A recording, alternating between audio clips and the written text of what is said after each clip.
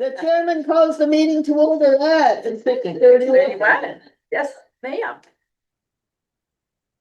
And first is the approval of the regular minutes of April 14th.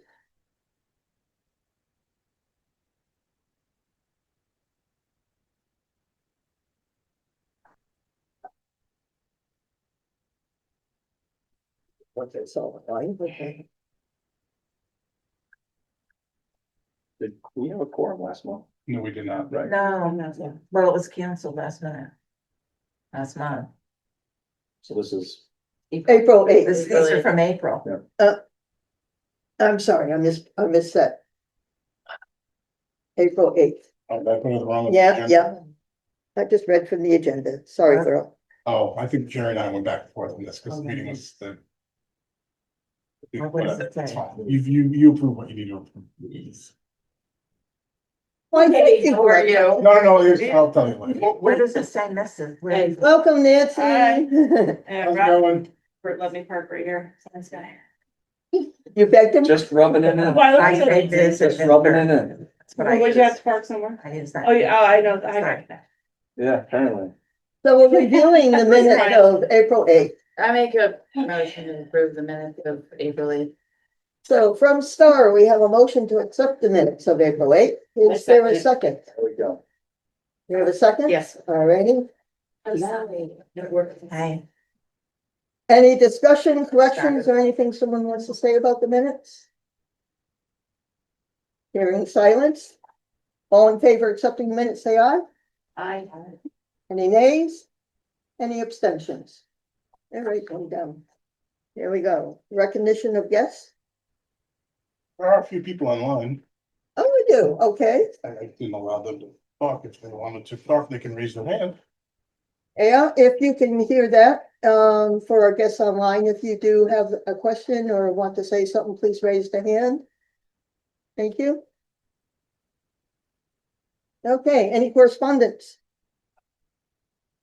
Yes. Oh, good. A letter from Bill Gagnon. Bill is a member of the community that has been helping the local schools out for 20 some odd years. I'm just going to read this letter from him. We wish to thank you for your continued support of our program to help public school librarians in our area via the collection of bottles and cans that have been deposited on them from the teen center. Since your facility opened in November 7th, 2004, plus donations of a number of families in town, $18,850 have been presented to the 4 public school librarians to assist students in those schools with enhanced programs. After starting this program in the town in September of 1998 and including year-end donations, $20,050 has been given to the public school librarians in the area. Thank you for your continued support of our little program. Sincerely, Bill. And it's actually called the Ernest F. Gagnon Educational Foundation. Yeah, that's Jerry, please. Thank you. Bill's wonderful. He helps out with our daily garbage problem anyway, so it's great. And he comes in, he's always smiling. He's a fun guy. Yeah. He's a fantastic guy.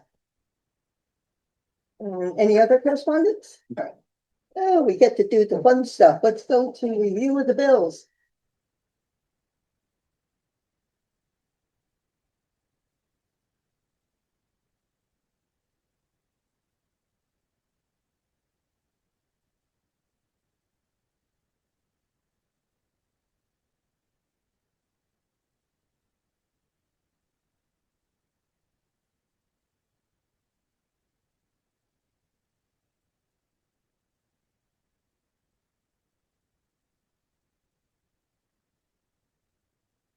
The plants from Riggio's are those for the point? Yeah. Okay. And the electrical supplies? The electrical supplies. That's the electrical supplies. And you point me in the right. Yeah, second page, second one down, 9/12/26. I think you're talking about these. Right. Yes. Oh, Those are for putting up the scoreboard. Oh. Trust. Yeah, conduit gets expensive. Yes.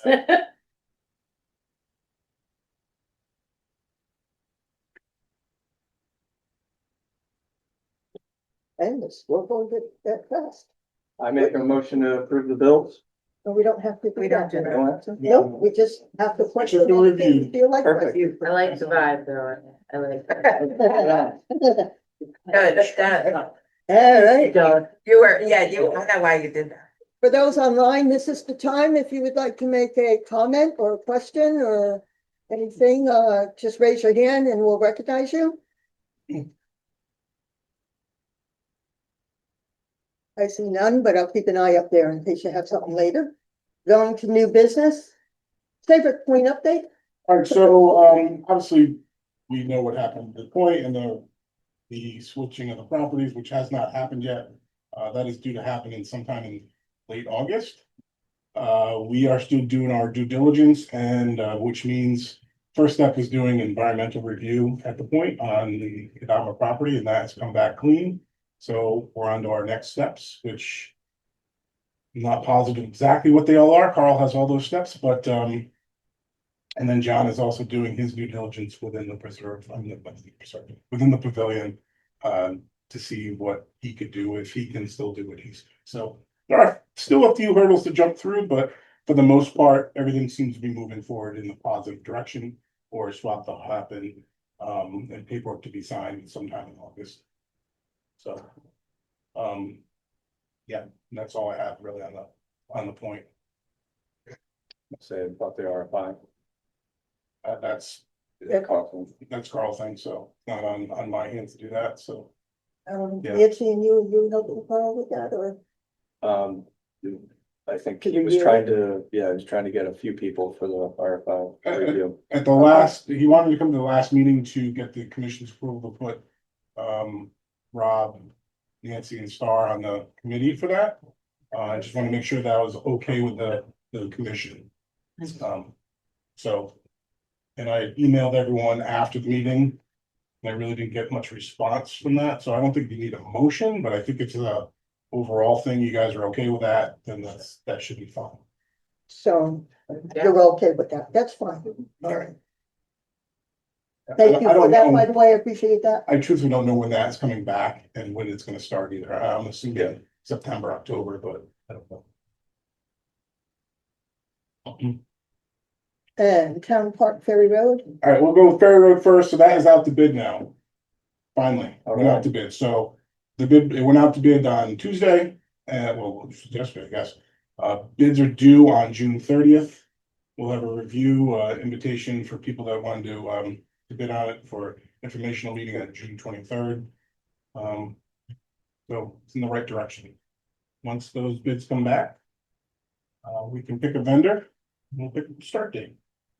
So if all goes well, again, hopefully by August, we'll have something going on there and we'll have a nice new field, which is exciting. The year before it can be played on. Yeah, so if all goes well, perfect, we'll go in a bubble right now and everything goes well and the grass gets planted, you know, put all everything down, it's gotta get down and grass gets planted by November, we should be able to plant in the spring. But if it gets pushed back a little bit and we don't plant till the spring. Yeah. Probably won't play till the fall, so. Technically, it's a year, but grass seems to take a little better. Maple Avenue, we played within 6 months, so. That's ambitious, but hopefully it does come. And a lot of people do. Weather holds out. Yeah, no, you know, the last couple of years, December's been nice and people have been laying sod down in December, so it all really depends on. The process and what they find when they get underneath there and how hard it's gonna be to dig and put the drainage in, you know.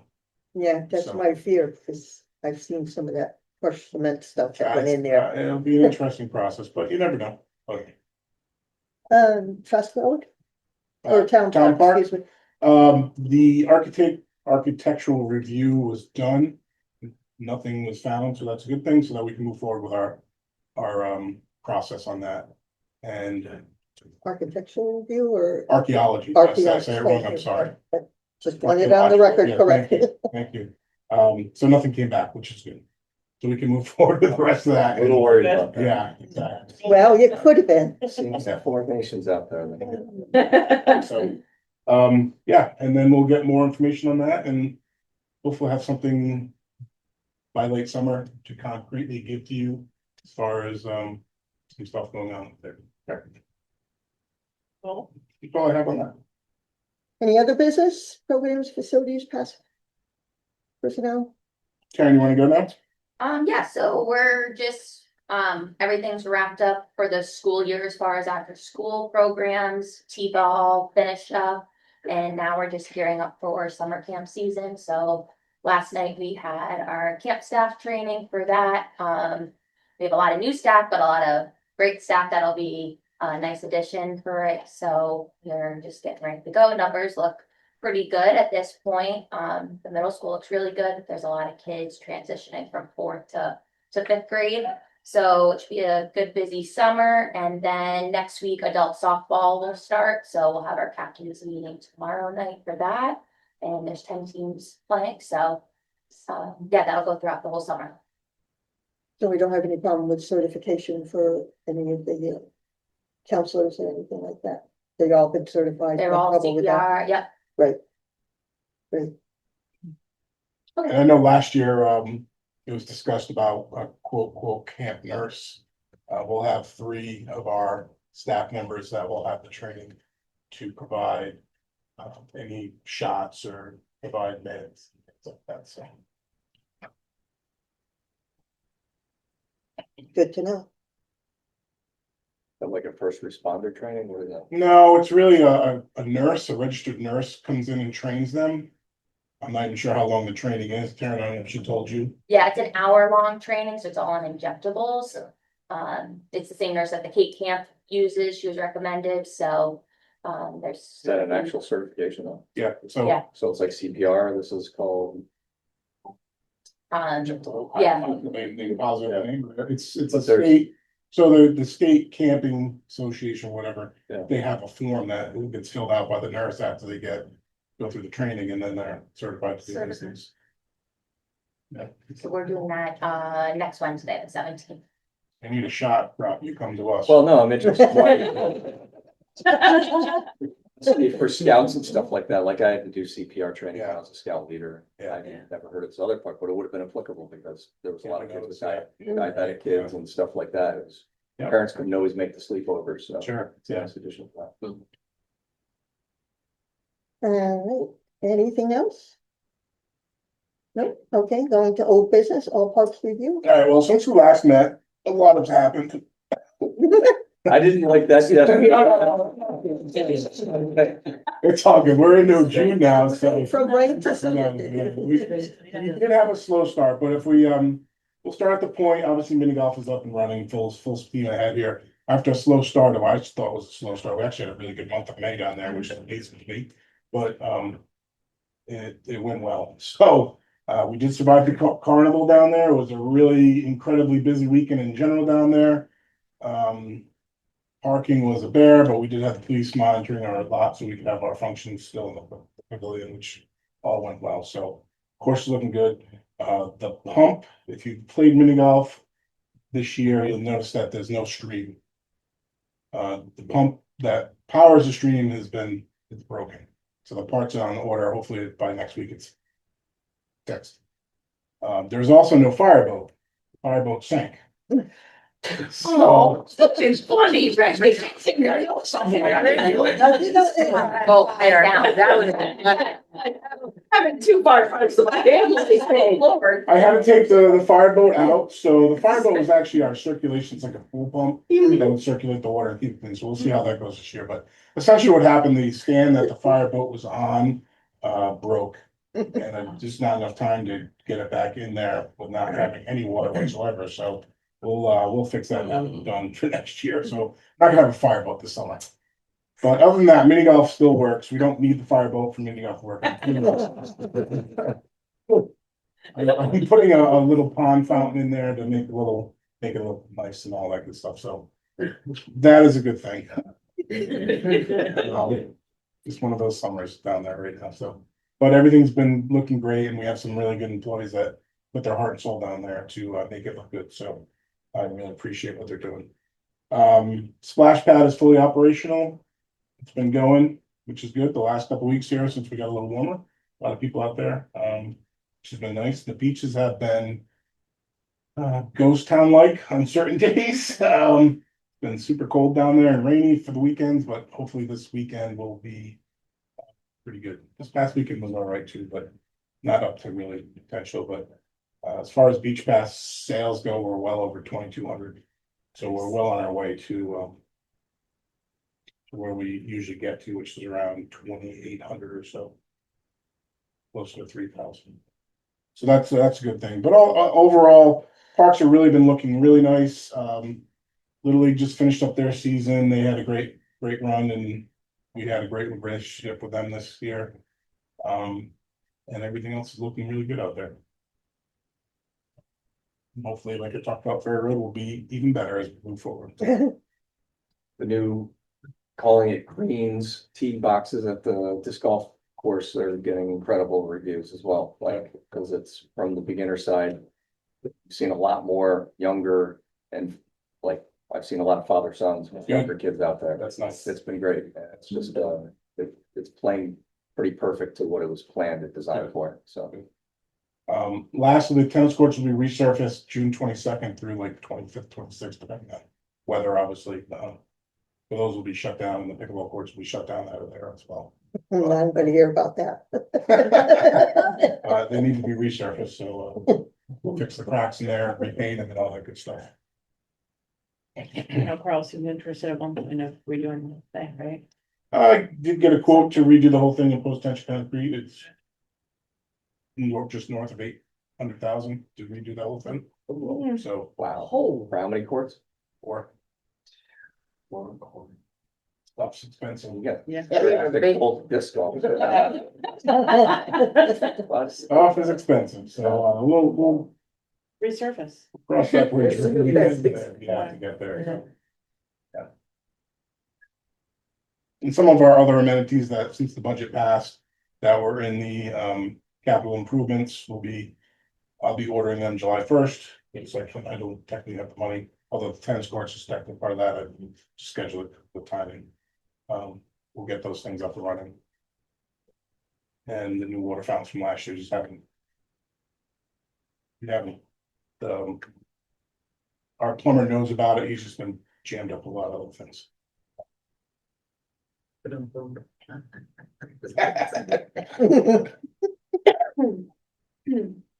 But we should have them up at the heat of the summer, right? I hope so. I mean, two of them are just switch outs. Okay, It's just, those should be easy. The third one, we're gonna need a war pad for, because it's brand new. It should not take that long. It's just when he's gonna do mini golf first, but that way. most Yeah. used. Get that. And I have to admit, it's really hot that way. Anything new on Harvey's Beach? I have nothing new. Okay, strategic plan for park discussion? I already talked about that. Yeah, we have, Town park. Engineers. Plan for that all set. Well, they're working on it since the archaeological thing made us stop for a little bit until that got done. So now they're back on that. Okay. I have nothing new for our kayak rack discussion. Preserve update. So in your packet, there's a little presentation there. So we started our recreational trails planning within the preserve. I have met Keith Coughlin from the ad hoc committee, myself have met with Martin Tarantosi with the Connecticut DEP, Kim Bradley with Connecticut DEP, and Alex Amendola with Connecticut DEP as well. So we've met 4 or 5 times, and essentially this is what we've done, right? So where we're at, and what it's just overview, so you kind of have a clear plan of what we're doing here.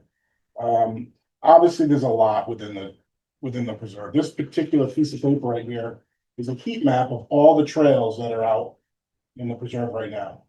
There are 30 miles of trails or so, and this is the heat map of what people have been using. So we can't have all these trails. They go through a lot of places that they should not go through, so on and so forth. So we had to kind of start somewhere, and how we're gonna focus our minds of where the trail's gonna go through vernal pools to get them away from those, and important flora and fauna that we need to stay away from. So there's a lot of critical habitat that needs to be avoided, and so on and so forth. So we decided to kind of prioritize what we're doing.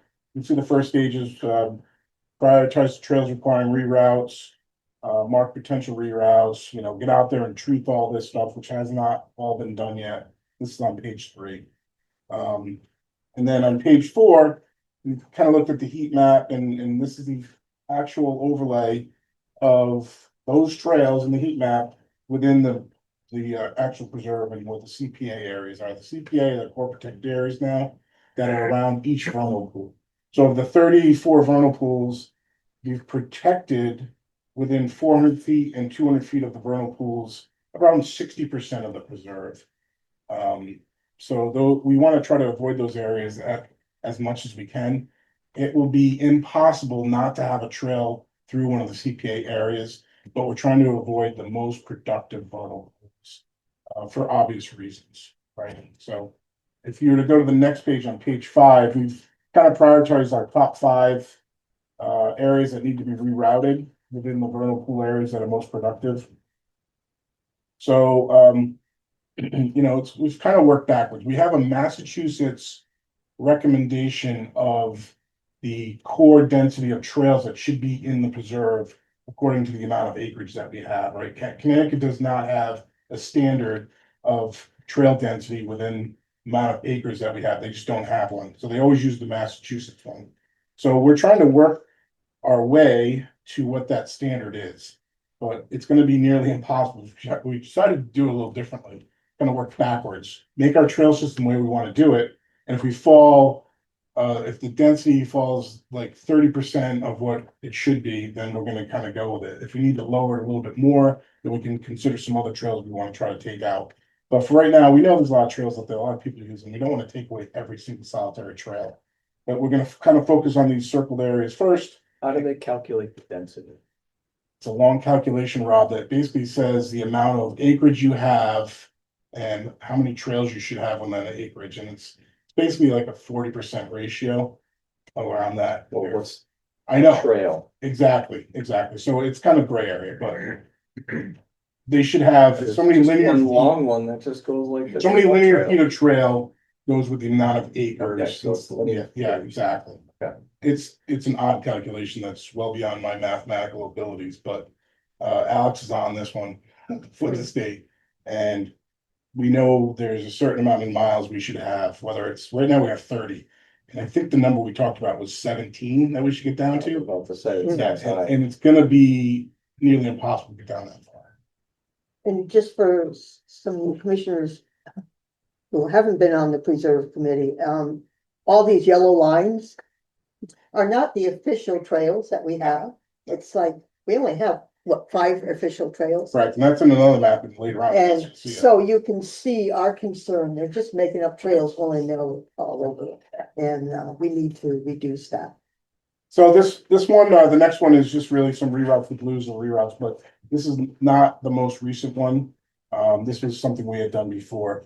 So if you go to the next page, you're gonna see what we actually have for trails out there. These are our actual trails that we endorse out there right now compared to what that other page was. So, Trails we have maps for that are Correct. posted out Right. there because correct, yeah. you can very easily. It's called the interim trail system, and this is what we have, but you can see the whole eastern section isn't even, there's trails in it.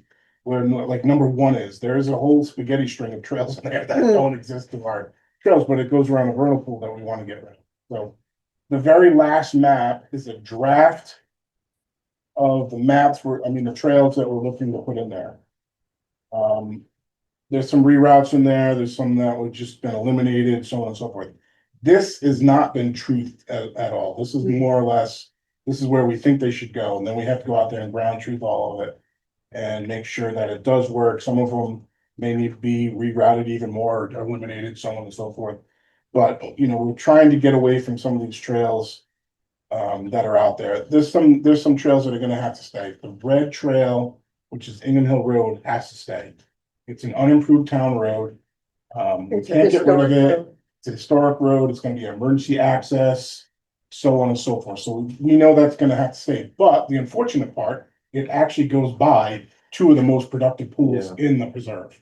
So, there may be a spot where we can reroute a little bit, but it's just the way the preserve is set up. So There's gonna be some stuff that's gonna happen, that the trails are gonna go through some areas. that we're It's a gonna- road, the Yeah. erosion's already gonna happen Yeah. anyway.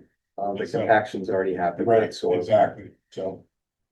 But, this is kind of where we're at with our trail system. It's been a great start for the last month and a half, 2 months. From where we started 10 years ago, we wanted this to happen around 9.5 years ago. So this is a good start for the last 5 months to get this going in the right direction, and hopefully after this is all truthed out, by December or so, we'll have the actual recreation trails plan out there. That can be voted on and even move forward even farther, so. The interesting thing was the use of the heat counting, so that we could by sensor of people's heat and so on, you could actually see Like a which trails are satellite? used How they do it. and It's through a trail map, not a Venza, but it's another app. It's a trail app. So people go in on their bikes and it maps where you've gone, and then it gives you a heat zone of it. So obviously the redder, the more people have used. Yeah, I'll say the different color Yeah. variation. So, This is all user input. Like, yeah. It's red, it's like. this is actual data of how many people we were had to using play what from it? trail. no, you can get on it. Anyone, as long as you're on the. Yeah, you can it's- check I think there's a charge for it now, but you can go in, anybody can go in and find It's it. Strata.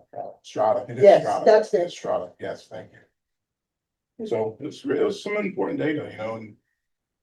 it That really was gave an you idea excellent of where starting people are point, coming it's from. really, And because you want your trails to be user friendly. And we also know there are gonna be some trails that are gonna be education so this challenge. part over here comes in from Great Cedars East. This is our property down here. Oh, This is Great Cedars East. This trail right here comes in from the town park area. So people are coming from our properties in there. We're gonna need to keep these trails, which we always want to do anyway, but this just shows you where they start and they do this whole thing in there, so. Yeah, How do you close a trail?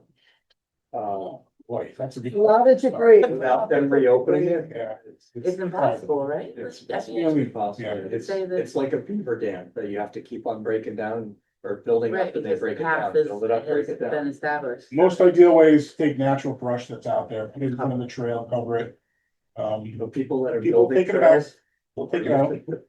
Taking brush away. Yeah, yeah, so. Sure. It'll definitely be interesting, and also stewardship this, getting people out there, getting education out there, is what we're doing. This goes to a point I brought up before when we were discussing the bikes and that stuff out there, but.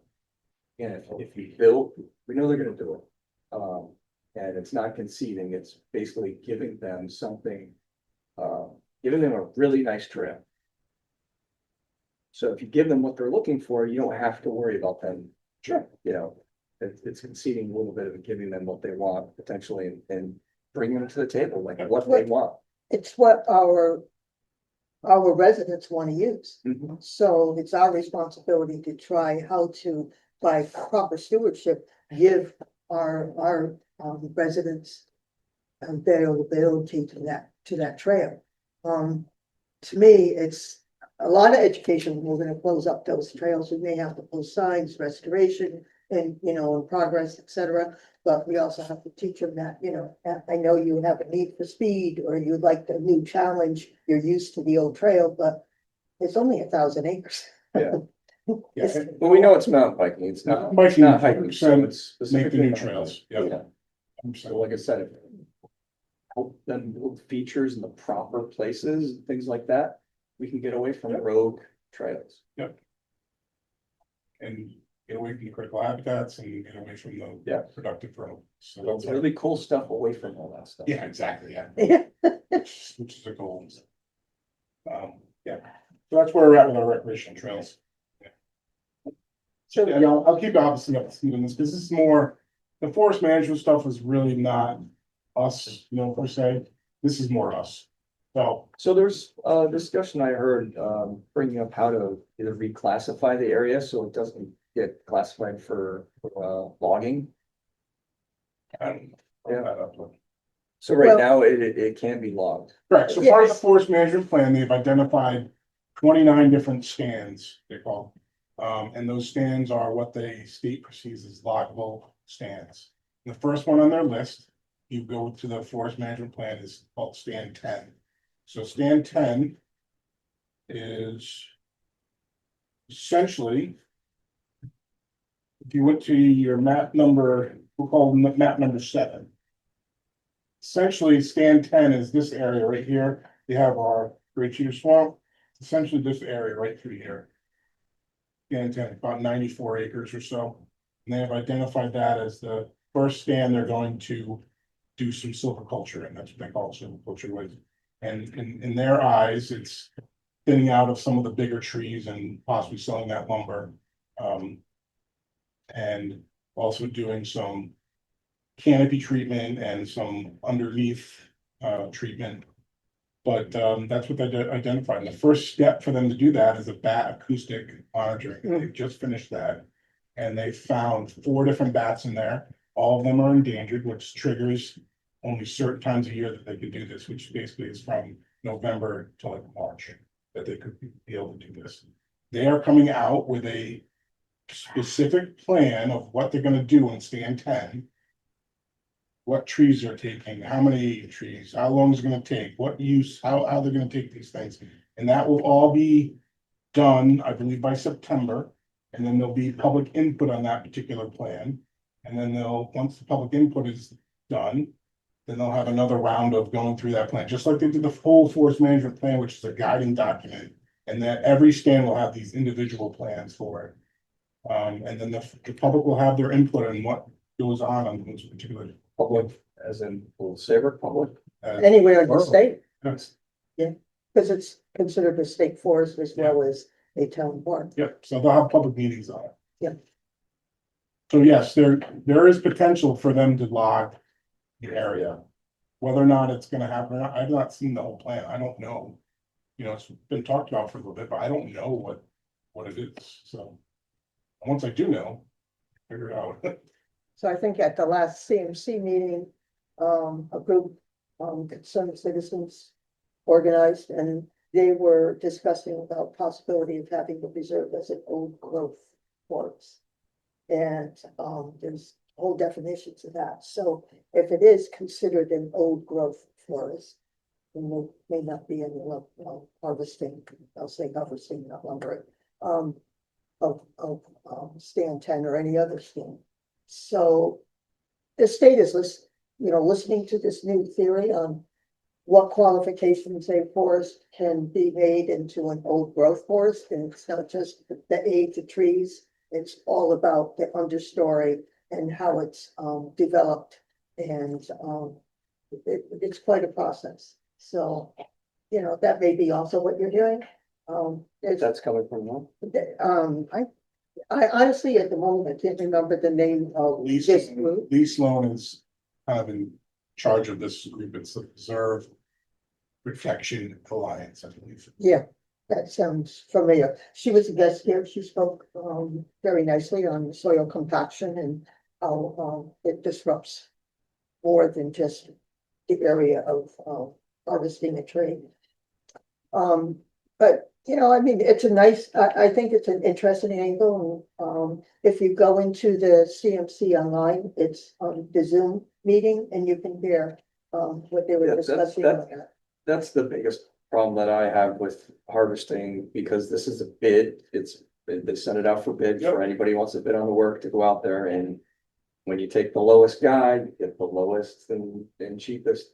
And they create a lot of erosion problems out there when they're logging, especially in those months of November to March. When it can get a little swampy with frost heaves, and then it goes away and turns to mud. And it creates a lot of drainage patterns that that didn't exist before. Which also hurts the existing trees that they're trying to protect. So there'll certainly be opportunities for everyone to put their input into this particular thing. But that's not something the town is a part of, it's the state's part of it, work that way. Yeah, but it all has to be approved at the CMC as well. So in essence, the town has say it. Yeah, it does, but the plan itself, after the public input, what I've found out on Monday was after public input and it gets signed off by the top dog in the state there, and it will be approved, it has to be approved at a vote at the CMC by the 2 voting members. Who's the two voting? Carl and Will Hockhalter. Will Haukhauser, he's the lead state forester. Yes, it's a commissioner too. More layers. Any other business, programs, facilities, personnel? No. I'll go to chairman's report, and I have nothing to report. Director's report. I'm gonna say done. And we don't have our liaison from the Conservation Commission. Any comments or thoughts from the commissioners that you want to bring forward? Then we're all done, so I could entertain a motion to adjourn. I'll make a motion to adjourn. Thank you, Nancy. In a second, I'm sure. Sure, thank All right, you. go enjoy All the concert. right.